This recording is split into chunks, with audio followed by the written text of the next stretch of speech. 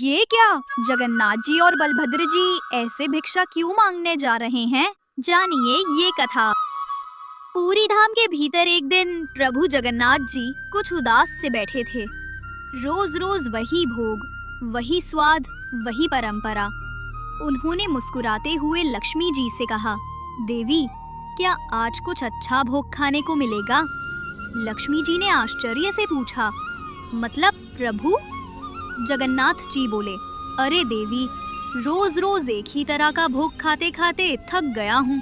कुछ नया स्वाद मिले तो मजा आ जाए। लक्ष्मी जी बोली, आज तो कुछ नहीं हो सकता प्रभु। आज का प्रसाद पहले ही सिद्ध हो चुका है। कल देखती हूँ कुछ नया।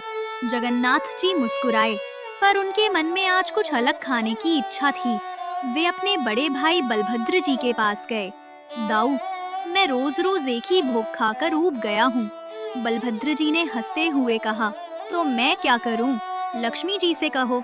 जगन्नाथ जी बोले, अभी अभी तो वहीं से लौट रहा हूँ। उन्होंने भी मना कर दिया। बलभद्र जी ने हंसते हुए कहा, तो फिर क्या करने का इरादा है? जगन्नाथ जी ने शरारती मुस्कान के साथ कहा, चलो ना दाऊ, आज पुरी के भक्तों के घर चलते हैं। वहाँ कुछ अच्छा मिल ही जाएगा। दोनों ने निर्धन बालकों का रूप धारण किया और पूरी नगरी में घूमने लगे। पहले वे एक धनवान व्यापारी के घर पहुँचे। दरवाजा खटखटाया।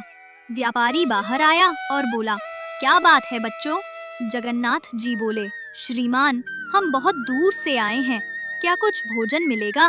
व्यापारी बड़ा कंजूस था, बोला, बिल्कुल खिलाता, पर आज तो घर में भोजन बना ही नहीं। क्या खिलाऊं तुम्हें? जगन्नाथ जी ने बलभद्र जी की ओर देखा और कहा, दाऊ, यहाँ कुछ मिलने वाला नहीं, चलो आगे। अब वे एक ब्राह्मण के घर पहुँचे। ब्राह्मण उतना धनी नहीं था, पर सम्मानित था। उसने दोनों को भीतर बुलाया, आसन दिया, पर थोड़ी देर में बोला, बच्चों, आज प्रसाद सब समाप्त हो गया है। ऊपर से मेरी पत्नी भी बीमार है। ये लो जल बताशा और आगे बढ़ो। जगन्नाथ जी मुस्कुराए, बोले, अच्छा अच्छा दाऊ, चलो। एक एक कर कई घर गए, पर किसी ने भी उन्हें भोजन नहीं कराया।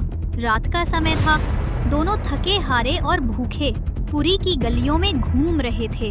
तभी एक छोटी सी पान की दुकान दिखी। पान वाला बहुत गरीब था। आज उसके एक भी पान नहीं बिके थे। दोनों भाई उसके पास गए।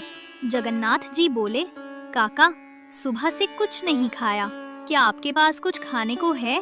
पान वाले ने सरलता से कहा, बेटा, मेरे पास तो कुछ भी नहीं है, बस ये पान है। अगर तुम्हें चले तो यही खा लो। जगन्नाथ जी मुस्कुराए, चलेगा नहीं काका, दौड़ेगा। पान वाले ने प्रेम से 2 थालों में पान सजा कर दिए। दोनों ने आनंद पूर्वक पान खाया। जाते समय जगन्नाथ जी ने अपनी मंदिर की सोने की थाली उस पान वाले को भेंट कर दी। पान वाले ने मना किया, पर जगन्नाथ जी प्रसन्न होकर वैकुंठ लौट गए। उधर लक्ष्मी जी ने कहा, प्रभु आइए, भोग लगाइए। जगन्नाथ जी बोले, आवश्यकता नहीं है देवी, आज पेट भरा है। लक्ष्मी जी बोली, क्या खा लिया आपने? जगन्नाथ जी मुस्कुराकर बोले, मेरे एक भक्त का प्रेम से भरा पान देवी।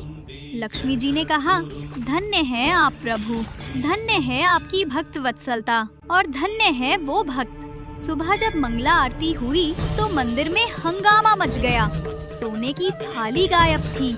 पूरी नगरी में समाचार फैल गया। पान वाले के पास जब ये खबर पहुंची तो वो सब समझ गया, पर वो मंदिर नहीं गया, क्योंकि उसे ज्ञात था प्रभु फिर आएंगे। उसके मन में लोभ नहीं, बस प्रेम और प्रतीक्षा थी।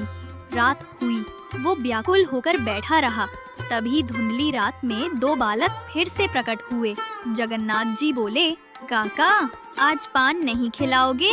पान वाले की आंखों से आंसू बह रहे थे। उसने 2 थालों में पान सजाए और उनके चरणों में रख दिए। जगन्नाथ जी और बलभद्र जी ने प्रेम पूर्वक पान खाया। जगन्नाथ जी ने फिर अपना पटका देने लगे तो पान वाला बोला, नहीं, अब ये नहीं चाहिए। जगन्नाथ जी ने पूछा, तो फिर क्या चाहिए काका?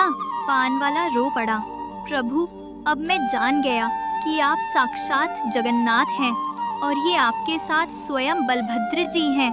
अब कृपा कीजिए प्रभु, मुझे इस संसार के चक्र से मुक्त कर अपने नित्य धाम में रख लीजिए। जगन्नाथ जी ने मुस्कुराते हुए अपना दिव्य रूप दिखाया। तथास्तु। और उसी क्षण वह पान वाला प्रभु के चरणों में विलीन हो गया। उसकी आत्मा सदा सदा के लिए प्रभु के नित्य धाम में निवास करने लगी। भक्ति में न धन चाहिए न वैभव, भगवान को चाहिए केवल प्रेम, सच्चा, निर्मल और निष्कपट प्रेम। जहाँ प्रेम है वहीं जगन्नाथ हैं।